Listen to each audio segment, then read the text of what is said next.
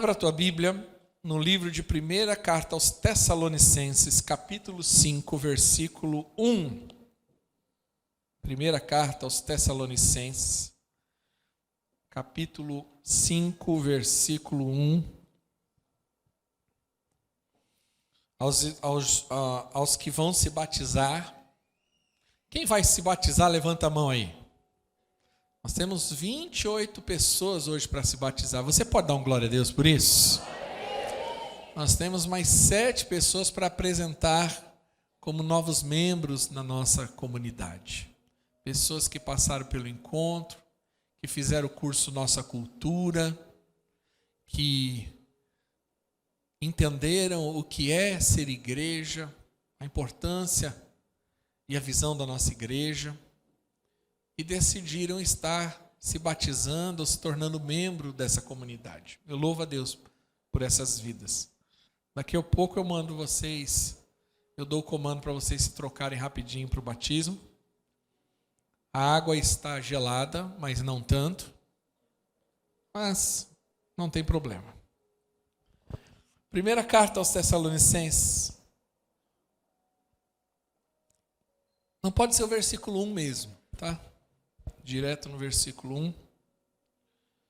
O tema dessa mensagem é: mantenha a chama acesa. Nós estamos vivendo melhor. Um dos maiores desafios da vida cristã é permanecer. Nós estamos vivendo, e não é novo isso, Paulo deixa isso muito claro, exemplo, na carta a Timóteo, que um dos sinais de que estaríamos no fim dos tempos seria a apostasia. E apostasia nada mais é do que o abandono da fé. Eram aquelas pessoas que creram e confessaram a sua fé em Cristo e elas abandonam, desanimam, esfriam espiritualmente, não sabem lidar com as pressões e dificuldades, muitas vezes não conseguindo lidar com as adversidades do dia a dia, elas acabam abandonando a fé. E isso tem um nome: apostasia. Então, o desafio da fé cristã é manter-se firme no Senhor. Hoje, nós temos um grupo de 28 pessoas que decidiram se batizar. E o batismo é algo muito sério, porque a partir de hoje, oficialmente, eles se tornam parte da igreja, não da comunidade de Teleios apenas, mas da igreja de Jesus. O batismo é uma expressão pública daquilo que aconteceu dentro do coração deles, da fé. E então, hoje, oficialmente, começa uma jornada na vida dessas pessoas. E essa jornada será uma jornada de altos e baixos, de dias felizes e tristes, de adversidades. Porém, a própria palavra de Deus diz que aquele que se permanecer fiel até o final, o próprio Jesus deixa isso muito claro, em vários momentos das Escrituras. Eu queria pedir um favor aos irmãos que parem de andar, por favor, na hora da palavra, se assente, somente a diaconia se movimente. Então, o desafio da vida cristã é esse, é permanecer, é ser fiel. Quando você recebe a Cristo como seu Senhor e Salvador, você também começa a ter dentro de você o Espírito Santo. E o seu espírito é regenerado, e isso na Bíblia é simbolizado como fogo, há um fogo dentro de você. A Bíblia fala que você é como uma lamparina que tem um fogo dentro. Então, manter a chama acesa é o nosso desafio, é a nossa responsabilidade. no próprio capítulo de Tessalonicenses, versículo 17, que ele colocou anteriormente, a ordem de Paulo ali para a igreja é justamente isso. Não apaguem o espírito. Perdão, versículo 19. Não apaguem o espírito. A orientação de Paulo. Não apaguem o espírito. Não deixe a chama apagar. Mantenha essa chama acesa. E esse é o nosso desafio. E o capítulo 4, o capítulo 5, perdão, de Tessalonicenses, ele foi escrito justamente por causa disso, porque muitos estavam perdendo a fé. Muitos estão se desviando dentro da própria igreja. Nós vivemos um tempo de apostasia dentro da igreja. Pessoas que já estão desviadas dentro da igreja, ainda continuam fazendo parte da igreja. Esse é um assunto que eu quero tratar com a igreja ainda nas próximas semanas. Não será hoje o meu tema central, mas ao que o Senhor tem me despertado. Pessoas que já estão desviadas, apostataram da fé dentro da própria igreja. Estão participando dos cultos. Às vezes estão até numa liderança. Estão exercendo uma função dentro da igreja, mas já apostataram da fé. Muitos estão desanimados com o que está acontecendo, com os rumores, com as notícias ruins. E a carta aos Tessalonicenses, ela foi escrita porque na época havia ali uma certa perseguição, as adversidades que a igreja estava sofrendo, e havia uma promessa da volta de Jesus. Mas eles ainda não estavam tão certos ainda disso.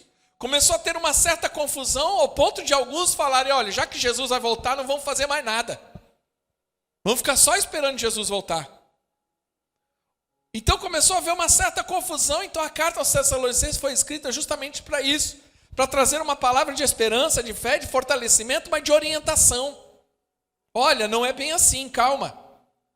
Jesus vai voltar, mas enquanto ele não volta, cabe a cada um de nós manter essa chama acesa. Então, para que a gente possa entender o contexto do capítulo 5, eu queria ler o capítulo 4, do versículo 13 ao 18. Só para nós entendermos o contexto, para entrarmos no capítulo 5. Hoje a minha mensagem vai ser bem expositiva. O versículo 13 do capítulo 4 diz assim: Irmãos, não queremos que vocês sejam ignorantes quanto aos que dormem. Nesse aspecto, quem dorme é porque está morto na Bíblia, tá? Dormiu. Para que não se entristeça como os outros que não têm esperança. Se cremos que Jesus morreu e ressurgiu, também cremos que Deus trará, mediante Jesus, juntamente com ele, aqueles que nele dormiram. Quem dormiu, ou seja, aquele que morreu em Cristo, Jesus vai ressuscitar. Dizemos a vocês, pela palavra do Senhor, que nós, os que estivermos vivos, os que ficarmos até a vinda do Senhor, certamente não precederemos os que dormem. Pois dada a ordem com a voz do arcanjo, o ressoar da trombeta de Deus, o próprio Senhor descerá do céu e os mortos em Cristo ressuscitarão primeiro. Ele está falando do arrebatamento aqui. Então diz que o anjo vai tocar a trombeta. E no dia que isso acontecer, os que morreram em Cristo, somente os que morreram em Cristo, eles vão se ressuscitar nesse momento, estarão perante ao Senhor. Depois disso, os que estivermos vivos, seremos arrebatados juntamente com Ele nas nuvens, para o encontro com o Senhor nos ares, e assim estaremos com o Senhor para sempre. Consolem uns aos outros com essas palavras. Então eu estou falando, olha, vai acontecer. Vai tocar trombeta. Jesus vai voltar. Os que morreram em Cristo ressuscitarão, se encontrarão com Ele na glória. E aqueles que estiverem vivos, nesse momento vai acontecer algo sobrenatural. Você pode ver isso claramente na primeira carta aos Coríntios, capítulo 15. Paulo explica como vai acontecer isso com o nosso corpo. Vai haver algo sobrenatural e nós vamos ser arrebatados ao Senhor. Ele falou, olha, consolem uns aos outros. Essa é a nossa esperança. Nós vivemos em função disso. Nós estamos nessa expectativa. Maranata, ora vem o Senhor. Quem crê nisso, diga amém. Esse é o clamor da igreja. Mas enquanto isso não aconteceu, nós estamos aqui. Nós estamos aqui diante disso tudo. E aí entra o capítulo 5. No versículo 1.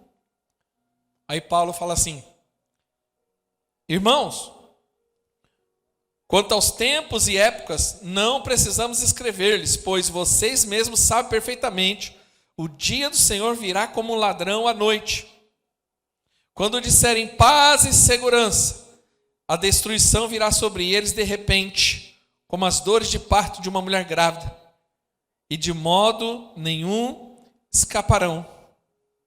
Mas vocês, irmãos, não estão nas trevas para que estes dias os surpreenda como ladrão. Vocês todos são filhos da luz, filhos do dia. Não somos da noite nem das trevas, portanto não durmamos como os demais. Mas estejamos atentos e sejamos sóbrios, pois os que dormem, dormem de noite, os que se embriagam, embriagam-se de noite. Nós, porém, que somos de dia, sejamos sóbrios, e vestindo a couraça da fé e do amor e o capacete da salvação. Porque Deus não nos destinou para a ira, mas para recebermos a salvação por meio do nosso Senhor Jesus Cristo. Ele morreu por nós, para que estejamos acordados, quer dormindo, vivamos unidos a Ele. Por isso exortemos e edifiquemos uns aos outros, como de fato vocês estão fazendo.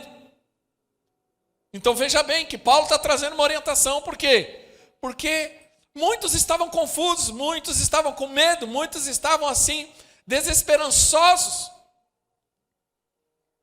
Muitos estavam apostatando, abandonando a fé.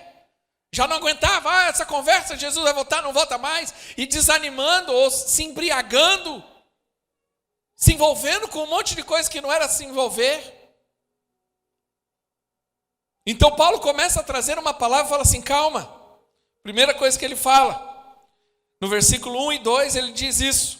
Irmãos, quanto ao tempos e épocas, não precisamos escrever-lhe, pois vocês mesmos sabem perfeitamente que o dia do Senhor virá como um ladrão à noite. Então a primeira coisa, ele fala sobre o tempo e época. Ele fala assim, ninguém sabe. A Bíblia diz que virá como um ladrão da noite. Ladrão não anuncia.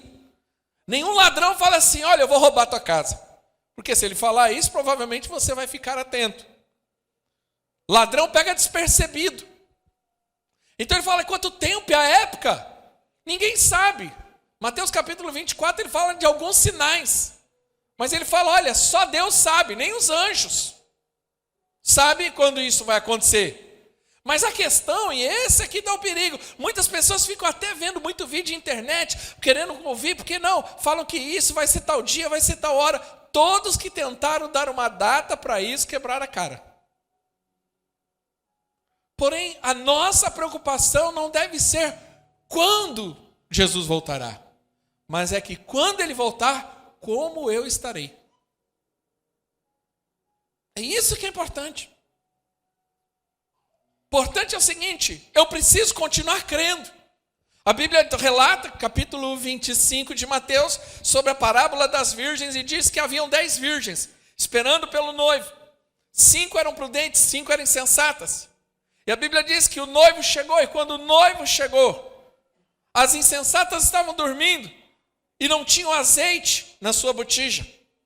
E aí somente aquelas que eram prudentes, que estavam acordadas, apercebidas e tinham azeite sobrando, somente essas entraram. Essa parábola é justamente para isso.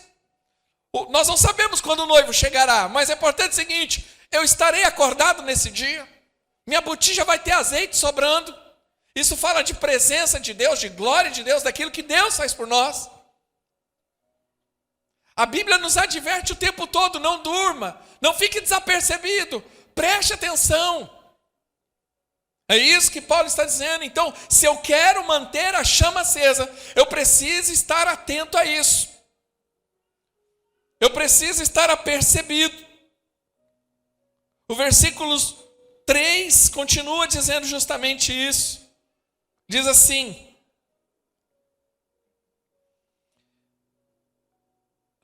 deixa eu achar aqui que eu estou...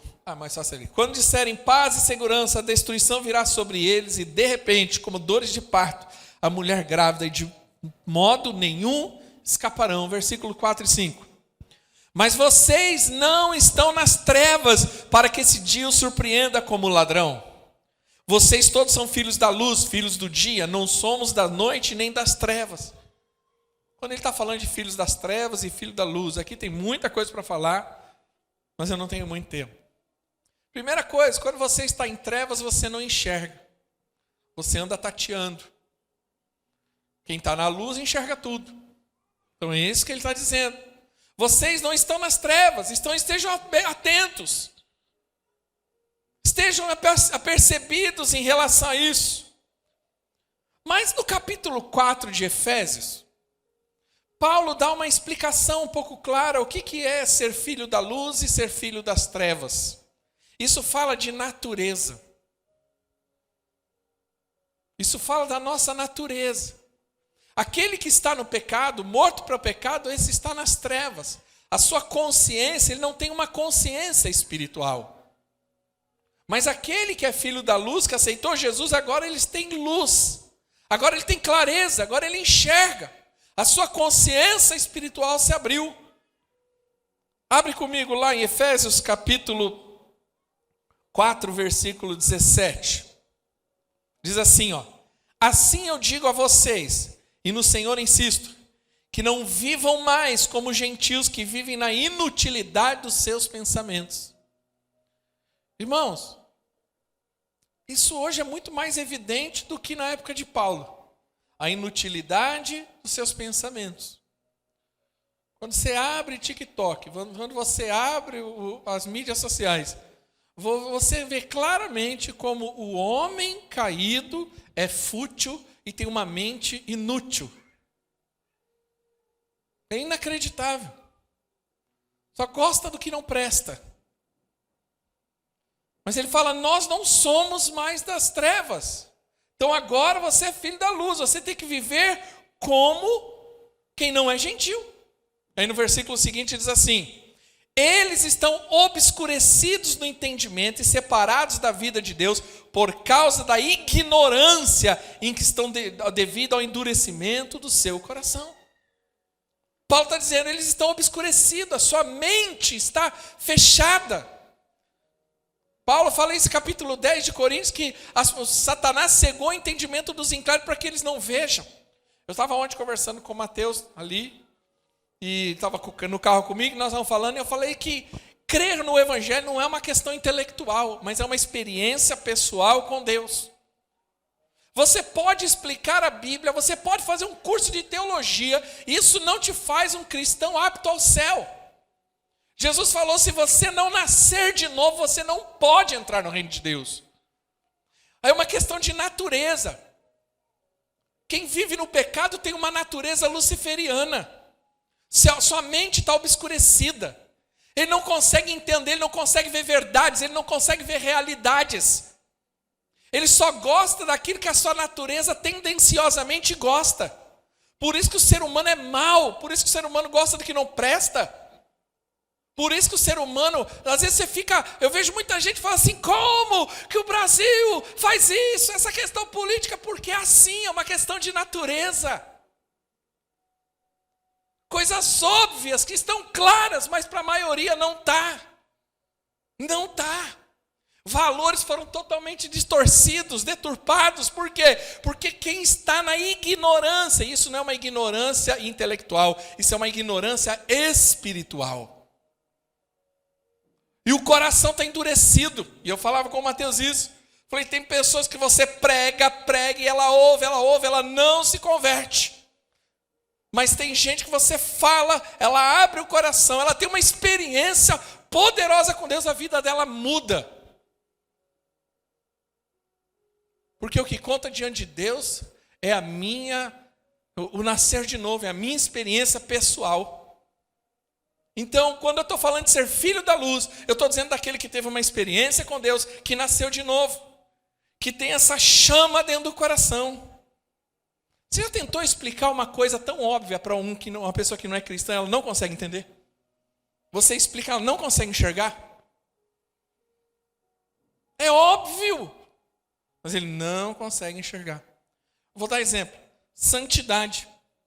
É óbvio, Mas fala para uma pessoa que não é cristã que um jovem não vai ter relação sexual antes de casar. É uma coisa absurda, chega a ser ofensivo.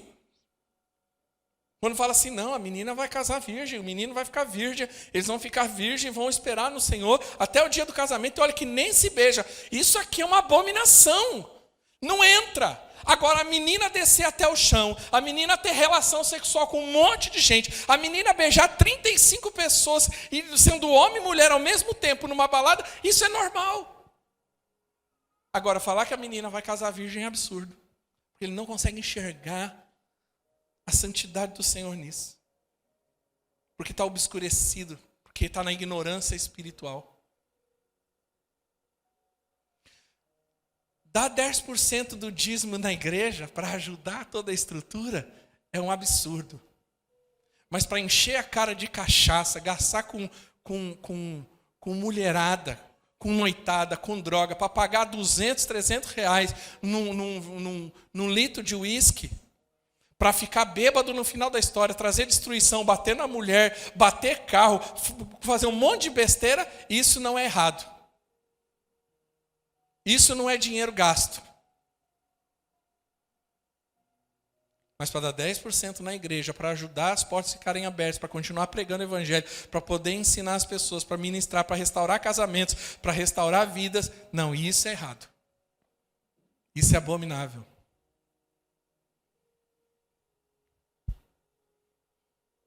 Você percebe a ignorância espiritual? Voltamos lá no texto de Tessalonicenses. Mantenha a chama acesa. Nos versículos 6 e 7, diz assim: portanto, não durmamos como os demais, mas estejamos atentos e sejamos sóbrios. Pois os que dormem, dormem de noite, os que se embriagam, embriagam-se de noite. Então, para aí. Lá no Tessalonicenses capítulo 4, eu disse que dormir era morte.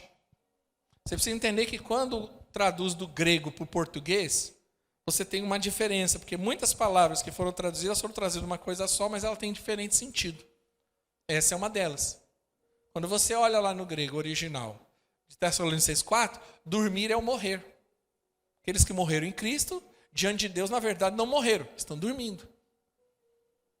E não estão dormindo literalmente, isso é só um simbolismo, eles estão conscientes aonde eles estão. Mas não é purgatório. Mas aqui não. Aqui o contexto está deixando bem claro, pois os que dormem, dormem de noite. Volta ao versículo 6, ele está dizendo o seguinte: portanto, não durmamos como os demais, mas estejamos atentos e sejamos sóbrios. Esse dormir aqui, deixa eu achar aqui onde eu anotei só. Aqui, esse dormir é no sentido de não fique indiferente. É justamente isso. Portanto, não durmamos como os demais, ou seja, não sejamos indiferentes, mas estejamos atentos e sejamos sóbrios. E o versículo seguinte completa esse entendimento, que diz assim: pois os que dormem, dormem de noite, e os que se embriagam, embriagam-se de noite. Ele não torna indiferente, e é aqui que entra um problema. Aqui, quem é crente aqui há mais de 5 anos? Levanta a mão. Há mais de 10 anos. Há mais de 15 anos. Há mais de 20 anos. Você viu que foi diminuindo? Você percebeu? Vamos voltar, presta atenção ao redor. Quem é crente aqui há mais de 5 anos? Há mais de 10 anos? Há mais de 15 anos? E há mais de 20 anos? Você vê que vai diminuindo. É aqui que mora o perigo para o chamado crente velho. O crente velho passa por isso. Tem a ovelha e tem a ovelha. O crente velho é aquele descrito lá em Apocalipse, que é o morno que Jesus rejeita. O crente velho é aquele que está sujeito a esfriamento espiritual. Ele, com o tempo, ele vai ficando indiferente às coisas da igreja. Quando você chega na igreja, os primeiros momentos, primeiro começo da igreja, tudo é lindo, tudo é maravilhoso, tudo é perfeito. Mas aí você começa a enxergar coisas que você não gostaria, que você achava que não tinha, mas tem. Aí vem algumas decepções, vem algumas crises, vem algumas dificuldades. E isso vai fazendo com que a pessoa vai se tornando o quê? Indiferente. Aí fica assim, ó, tanto fez como tanto faz. Ah, eu já vi.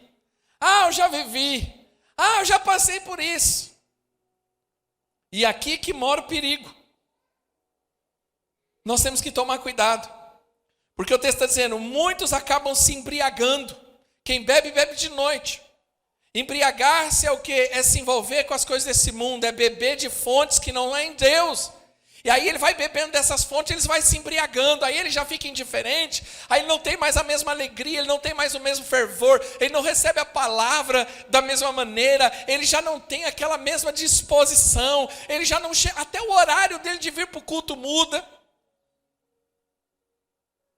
Quando que eu percebo que alguém já está nessa condição? Horário de culto, já percebe claramente.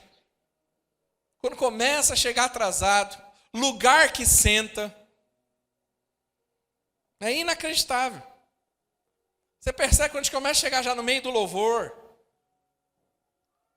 Entendeu? Quando começa já a ficar indiferente diante do ambiente da igreja. Aos apelos da igreja. A igreja está fazendo apelo para trabalhar, para fazer isso, para dispor.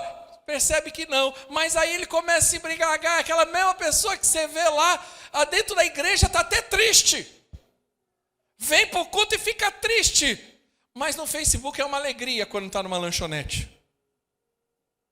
É uma felicidade quando está no shopping. Isso mostra o perigo da indiferença espiritual. Você percebe que está ficando nessa condição. E aí começa a se embriagar.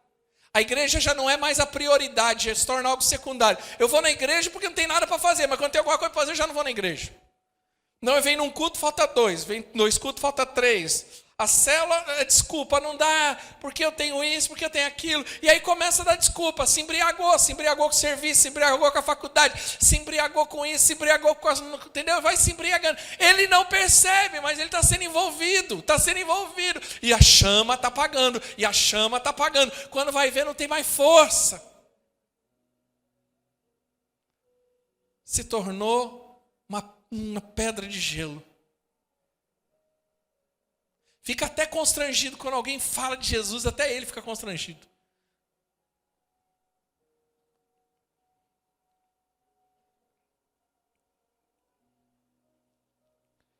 O versículo 8 e 9 diz assim: nós, porém, que somos do dia, sejamos sóbrios, e vestindo a couraça da fé e do amor e o capacete da esperança e da salvação. Porque Deus não nos destinou para a ira, mas para recebermos a salvação por meio do nosso Senhor Jesus Cristo. Então, como que eu faço para me proteger dessa frieza espiritual? Como que eu faço para me proteger de não apagar? Primeiro, eu me revisto, põe no versículo anterior, eu me revisto da couraça, da fé e do amor. A couraça é aquilo que os soldados usavam como proteção na hora da batalha. Que era para proteger do pescoço até o umbigo, que é para proteger os órgãos vitais, principalmente coração. Como que eu protejo meu coração? Como eu guardo meu coração? Com a fé. Eu vou recebendo fé, é pela fé que eu venço, é pela fé que eu permaneço, é na fé, mas é no amor também.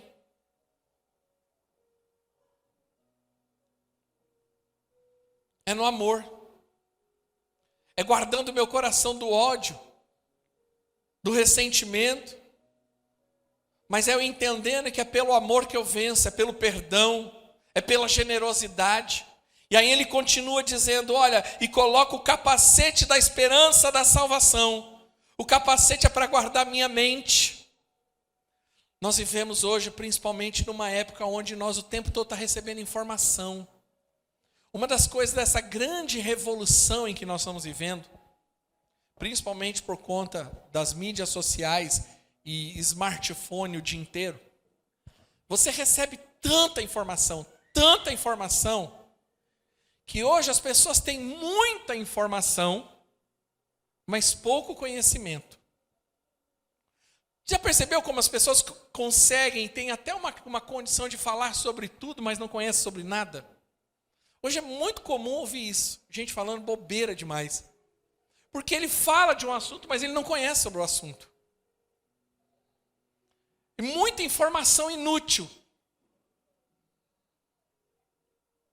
Porque a mídia social faz isso. Ela é muito superficial. A pessoa, ela cria um conceito a partir de um post que ela leu. Então, antigamente era assim, olha, porque eu li num livro e ela argumentava em cima disso. Agora não, a pessoa fala, eu vi um post. Ou um vídeo de 30 segundos do Reels. E a partir do vídeo de 30 segundos do Reels, ela conclui uma ideia. Olha o perigo da coisa. Antigamente, para você concluir uma ideia, você tinha que ler no mínimo 1, 2 livros. Estudar alguns anos para chegar a uma conclusão. Agora a pessoa assiste um Reels de 30 segundos de alguém falando alguma coisa, ela conclui aquilo como verdade, toma aquilo como verdade e aquilo é a bandeira dela. Mentes fracas são fáceis de conduzir. E ele fala, coloca o quê? O capacete da esperança da salvação. A minha mente vai ser guardada. Que é o mesmo capacete que Paulo relata lá em Efésios capítulo 6.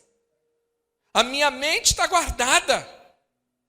Nós temos que tomar cuidado, porque nós estamos vivendo uma época de muita ideologia. E deixa eu te falar uma coisa aqui.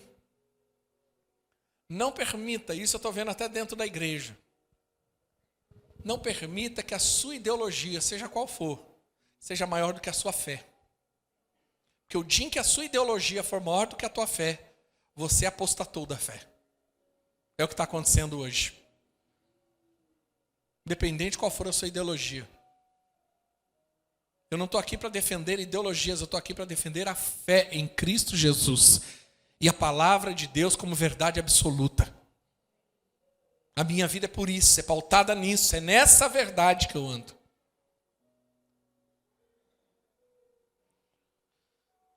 O versículo 9 diz assim, porque Deus não nos destinou para a ira, mas para recebermos a salvação por meio do nosso Senhor Jesus Cristo. Quer manter a chama acesa? Guarda o coração. Tome cuidado com o que entra no teu coração. Guarda por meio da fé. Guarda por meio do amor. Decida amar. Nós estamos vivendo uma época de muito ódio, de muito rancor, de muita desavença. Eu estou ouvindo, eu gosto muito de meme. Eu acho que a gente vive uma das coisas legais dessa geração são os memes. Confesso a vocês que eu gosto de meme. Eu acho que é uma das melhores invenções dessa geração é o meme. O meme te faz rir. E é engraçado que as pessoas fazem meme de tudo. E um dos memes que eu tenho visto muito essa semana é sobre como vai ser a festa de Natal esse ano. Depois de tanta briga por causa de política. Não é verdade? Como é que vai ser? Como que vai ser a festa de final de ano da empresa? Mas deixa eu te falar uma coisa. Nós estamos vivendo uma época de muita briga, de muita confusão, de muito ódio. Por conta de posições ideológicas. Mas nós só vamos conseguir vencer isso se nós vivermos pelo amor. Lembra do que Cristo fez por mim e por você? Ele nos amou quando ainda nós éramos pecadores e inimigos deles. Jesus amou o pecador. Quando nós falamos que Jesus amou o pecador, sabe o que ele amou? Ele amou o inimigo. Vamos colocar no contexto de hoje? É como um corintiano ter que abraçar um palmeirense. É como um bolsonarista ter que abraçar um petista. Toma cuidado. Eu vi um movimento aí, até na cidade, de gente falando sobre comércios de quem é petista e não vamos votar. Que imbecilidade. Que ponto que nós chegamos? Que eu vou escolher aonde eu vou comprar um negócio por conta da ideologia da pessoa? Parar com isso? Isso no mínimo é imbecilidade. No mínimo.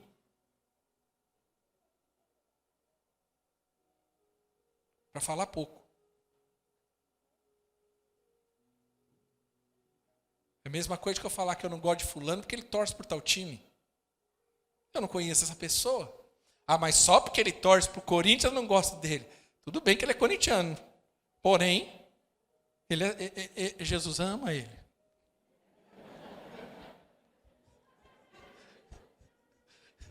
Então eu vou amar.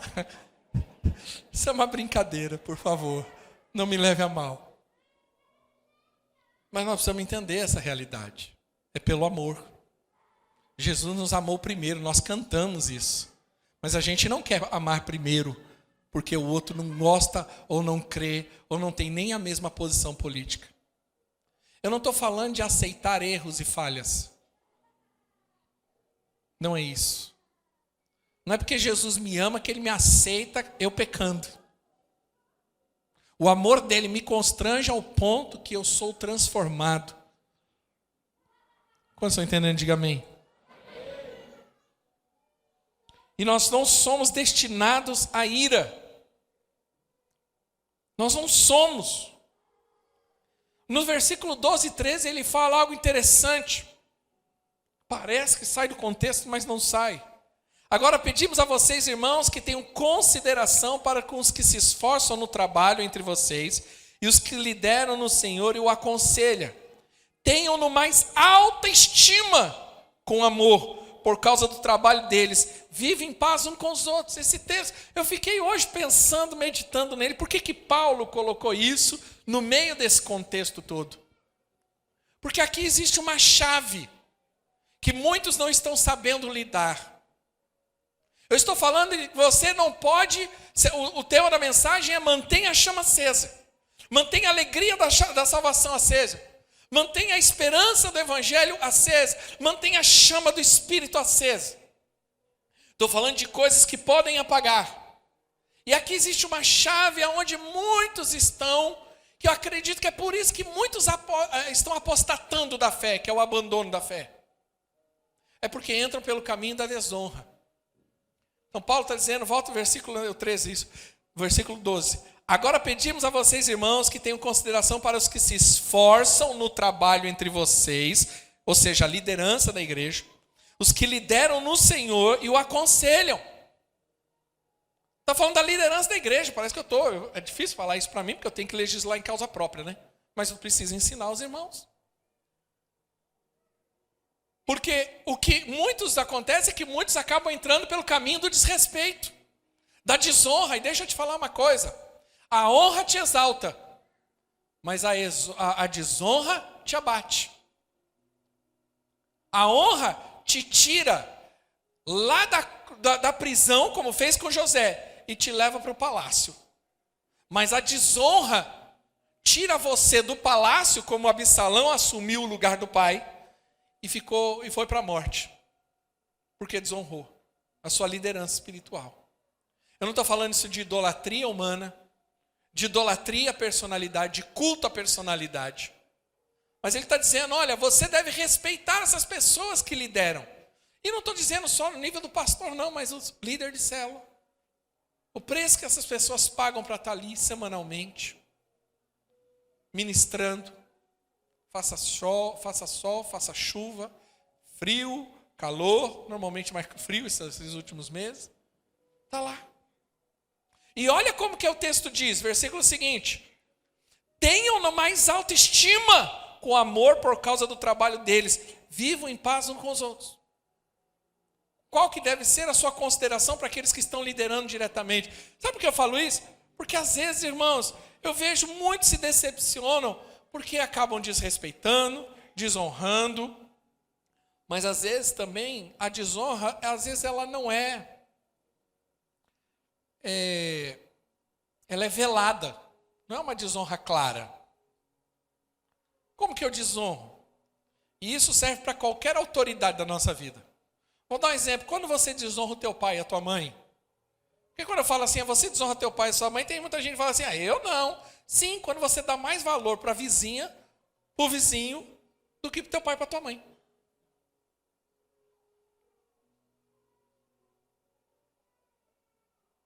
Então você viu que tem gente que é assim, quando é para dentro da casa dela, ela não faz nada, mas quando é para os outros, ela está sempre à disposição. Isso é desonra. Tem gente que não arruma uma cama em casa. Mas quando um vizinho chama para fazer faxina, vai. Peraí, tem alguma coisa errada. Isso é uma desonra. Isso não é só desonra, mas é um atestado de morte, se o marido elogiar outra mulher e não a sua própria esposa. Isso não é só desonra, é um atestado de morte para você. Você pode comer veneno de rato, em alguns casos. Sem saber, é lógico. Então, irmãos, é importante entender o valor disso para a igreja. Da liderança que está ali na igreja. Quando estão entendendo, diga amém. Quando você valoriza a comida que é feita na casa. O cuidado, o trabalho. Vamos continuar. Eu preciso encerrar. Versículo 14. Exortamos a vocês, irmãos, que advirtam os ociosos, confortem os desanimados e auxiliem os fracos e sejam pacientes com todos. Então agora existe uma responsabilidade da igreja. Qual é a responsabilidade da igreja? Advertir os ociosos. Deixa eu achar aqui. Ocioso aqui não é aquele que está parado, mas também é o insubordinado. Então nós temos o papel de chegar no irmão e falar assim, irmão, não age assim. É nosso papel de fortalecer uns aos outros. Ele está dizendo, advirta os ociosos, conforte os desanimados, ou exorte em algumas tradições. Sabe, pegar aquele irmão que você encontra na rua que não está vindo no culto. Ô, irmão, o que você está desanimando? Você tem que voltar para a igreja. Você não pode ficar assim não, irmão. O que aconteceu? Vou orar com você. Então nós temos que nos ajudar uns aos outros, fortalecer uns aos outros. Mas é interessante, ele fala assim, auxiliem os fracos. Nós precisamos entender que tem os fracos na fé. Sabe, tem aquele irmãozinho que é mais fraco na fé, que está sempre cabisbaixo. Nós temos que ajudar. Agora é interessante o final. Sejam pacientes para com... Vou repetir. Sejam pacientes para com... De novo, sejam pacientes para com... Com quem é para ser paciente, igreja? Quem são todos? Inclusive eu. Sexta-feira o irmão chegou em mim e falou, pastor, não sei como você aguenta, você tem que ter muita paciência, porque se fosse eu, já estava tudo no inferno. Eu já tinha mandado tudo. Eu falei, eu sei. Eu falei, o pastor tem que ter muita paciência. Mas a igreja precisa ter muita paciência com o pastor também, eu sei disso. E haja paciência para comigo. Mas é importante. Porque se nós não soubermos lidar com isso, nós não vamos conseguir manter a chama acesa. Versículo 15. Tenham cuidado para que ninguém retribua o mal com o mal, mas sejam sempre bondosos um para com os outros e para com todos. Então, irmão, vai ter hora na sua vida que você vai ter que aprender a lidar com uma coisa. Como que você vai lidar quando alguém fizer algo de ruim com você? A Bíblia diz, não pague mal com mal, mas pague o mal com bem. E aí? Eu costumo imaginar que é nessas horas que o nosso cristianismo é testado. E nesses últimos tempos está sendo muito testado. Pode ser que você tenha sido testado na sua empresa, na sua família, em algum ambiente. E que você se acha dentro da sua justiça, fala assim, eu vou. E aí? Tenham cuidado para que ninguém retribua o mal com mal. Sabe por quê? Por que Paulo está orientando isso? O que tem a ver isso sobre manter a chama acesa? Porque se você viver com vingança, ódio, ressentimento, você vai se tornar um crente apagado. Eu estou dizendo que você só vai conseguir vencer e permanecer pelo amor. Agora, se você ficar com ressentimento, com ódio, com raiva o tempo todo, isso vai afetar a sua vida espiritual. O maior afetado da história será você. Você não vai conseguir controlar ou impedir alguém de fazer algo contra você. Na maioria das vezes você não vai conseguir. Mas você terá controle absoluto com aquilo que vai chegar diante de você. E aí é você que decide. Quantos estão entendendo? Diga amém. É nessa hora, o ponto de mudança, o ponto da transformação está nesse momento. Não é o que fazem comigo, é o que eu faço com isso. Como que eu reajo? Eu reajo da mesma maneira? É com a mesma força que eu reajo? Ou é com a maneira bíblica? Então, da mesma maneira que tentaram me destruir, eu vou destruir também? Mas pastor, mas aí tem que ter sangue de barata. Não, você tem que ter o sangue de Jesus. O que Jesus faria? Como que ele faria? Eu não estou dizendo, eu não quero entrar aqui em detalhes que eu não posso, mas é claro que se alguém chegar na minha casa e quiser estuprar uma das minhas filhas, eu vou ficar parado. Não, é lógico que não. Eu vou reagir e provavelmente com muito mais força, porque é a única maneira de eu abater o meu inimigo. Aí sim. Mas eu estou dizendo das coisas triviais do dia a dia.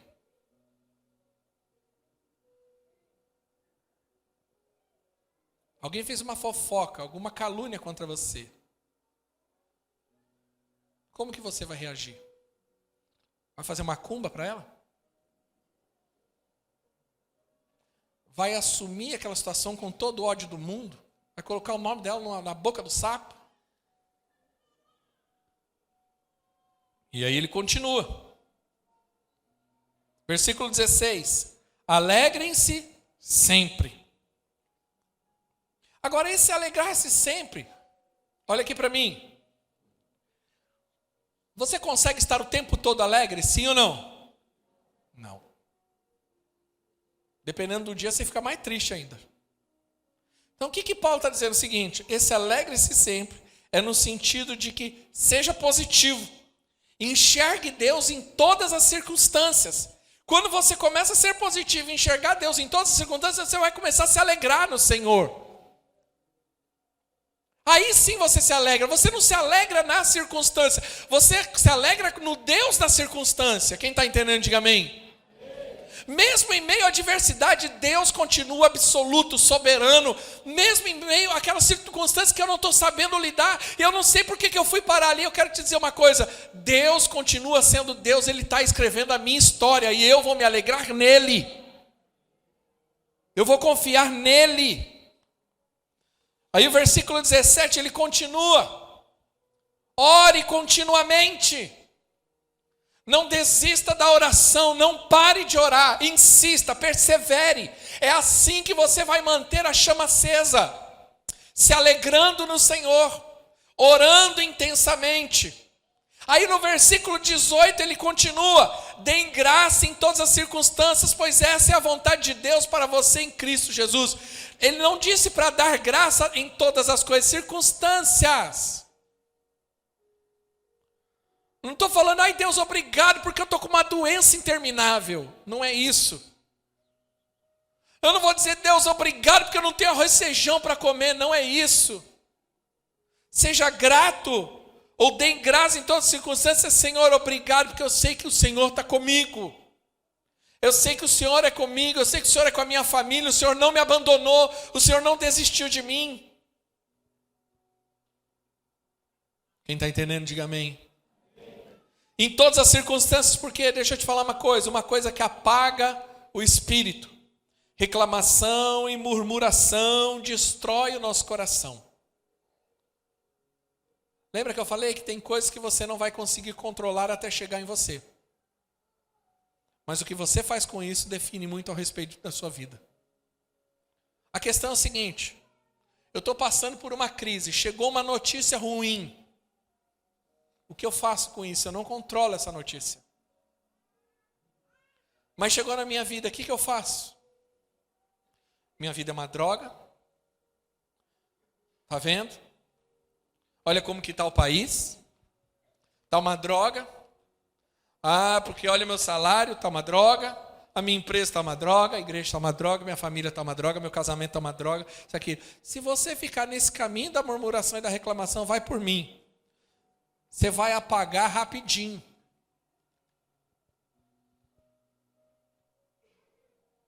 Qual foi a vitória de Jó? Porque quando todos pensaram que ele ia reclamar, ele exaltou o Senhor. Deus deu, Deus tirou. Bendito seja o nome do Senhor. Ele glorificou o Senhor. Deus, eu não sei o que está acontecendo, eu só sei de uma coisa. Minha boca não vai se calar para glorificar o teu nome.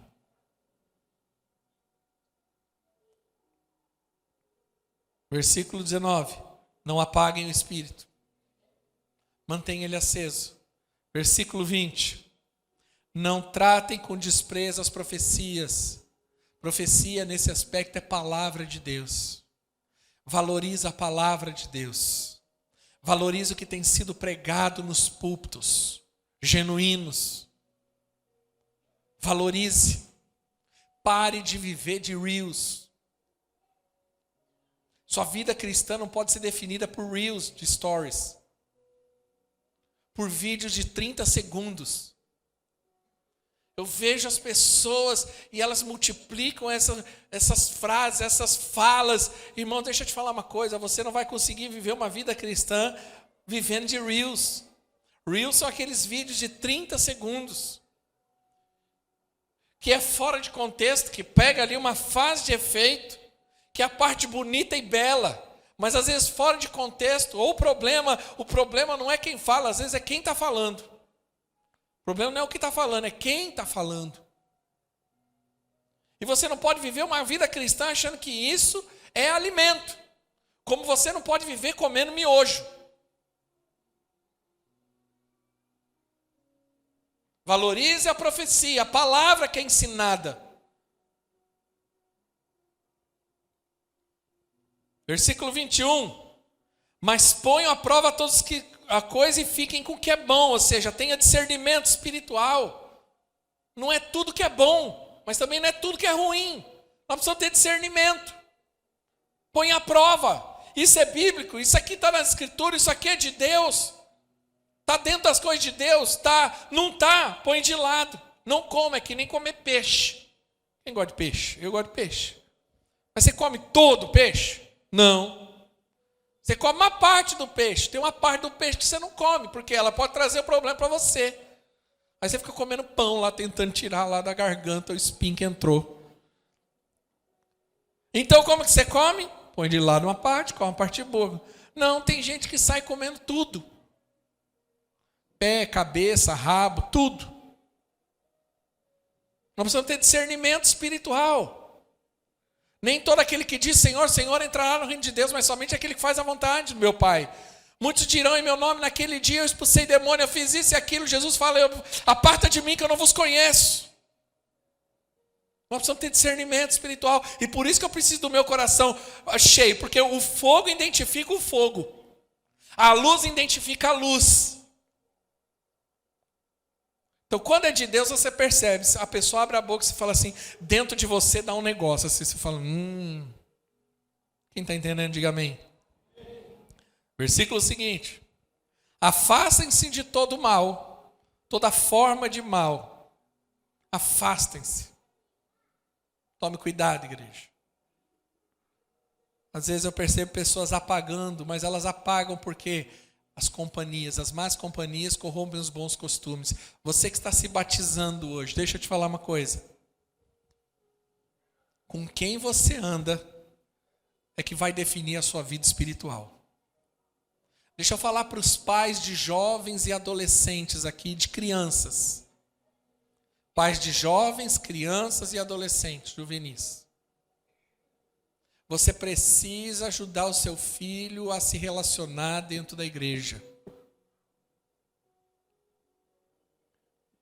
Você precisa se esforçar para ele estar nos cultos, nas células e criar um ambiente de relacionamento nessa fase. Porque se ele não fizer vínculo nessa fase, ele vai fazer vínculo com alguém fora da igreja. Aí vai ser tarde para você chorar. Então, abra mão do seu tempo, das suas coisas, para você levar ele para a célula, para trazer no culto, para levar no evento, para pegar. Por quê? Porque ele precisa desse ambiente para criar vínculo, para afastar ele do mal. Porque é com a força do ambiente que ele vence, mas é com a força do ambiente que ele pode ser vencido. E isso cabe para os adultos também. Com quem você anda define muito quem você é. Se eu quero conhecer alguém, eu não só olho para ela, eu olho com quem ela anda. Quem são as suas amizades? Amizade e relacionamento nunca é neutro. Nunca. Nunca será neutro. Anão nunca vai crescer se andar com anão. Vai por mim. Por que Deus tirou Abraão da terra que ele estava, da pai e da mãe, e falou, vai para outro lugar, afasta de todo mundo? Num contexto brasileiro, onde o brasileiro gosta é o seguinte, casa e vai morar no fundo, constrói em cima, constrói do lado, puxadinho, e todo mundo ali. Num contexto de Brasil, isso é um absurdo. Mas isso é uma das coisas mais saudáveis que um casal precisa ter. E tem muita gente que tem que morar muito longe da família. Porque quanto mais perto da família, pior vai ser para ele. Ele não vai crescer nunca na vida, ele nunca vai amadurecer na vida. Então ele precisa até da família. Pode ser, para alguns, até uma ofensa do que eu estou dizendo. Por isso que eu sou extremamente contra morar no fundo da casa do pai. De cada 10, 11 não sai quase. Vai morar lá a vida toda no puxadinho. Porque não quer crescer, não vai avançar. Porque entrou no comodismo. Então, todo mundo precisa entender. Você precisa se afastar. E às vezes você precisa afastar até, eu sei que é chocante para alguns, de família. Eu não estou falando de afastar-se no sentido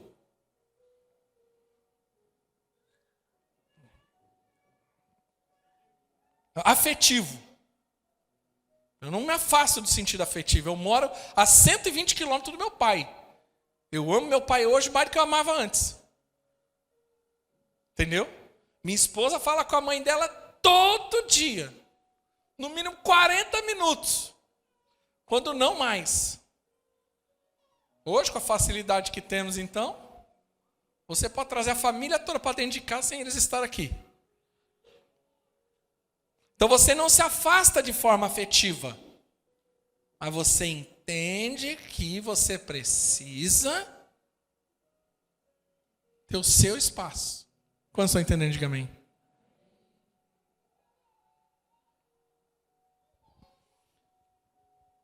Versículo 23. Que o próprio Deus de paz os santifique inteiramente, todo espírito, alma e corpo de vocês sejam preservados e irrepreensíveis na vinda do nosso Senhor Jesus Cristo.